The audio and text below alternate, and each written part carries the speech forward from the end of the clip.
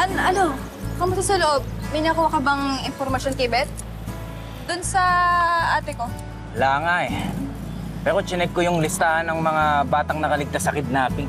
Wala naman ako nakitang Bet Paraiso. Paano nangyari yun? Saan kayo napadpad si ate? Paano kaya kung hindi siya nakaligtas? Paano kung tumakas siya?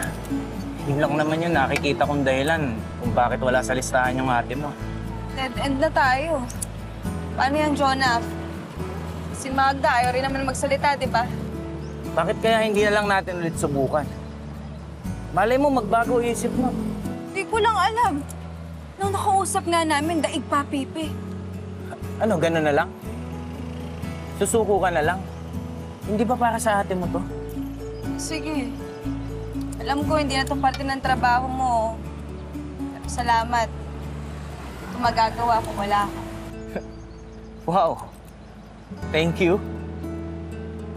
Parang ngayon ko lang narinig yan kahit na araw-araw kitang pinoprotektahan. Makaprotekta ka naman. Hindi naman ako araw-araw kikidnapin. Aba, hindi ka talaga makikidnap, ma'am.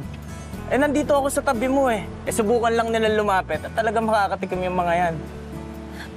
O sige na, kumuha ka na rin. Okay na po yan. Libre ko na sa'yo yan. Ayos to Alam mo, sana ganyan ka palagi, no? Araw-araw. Mas bagay sa'yo.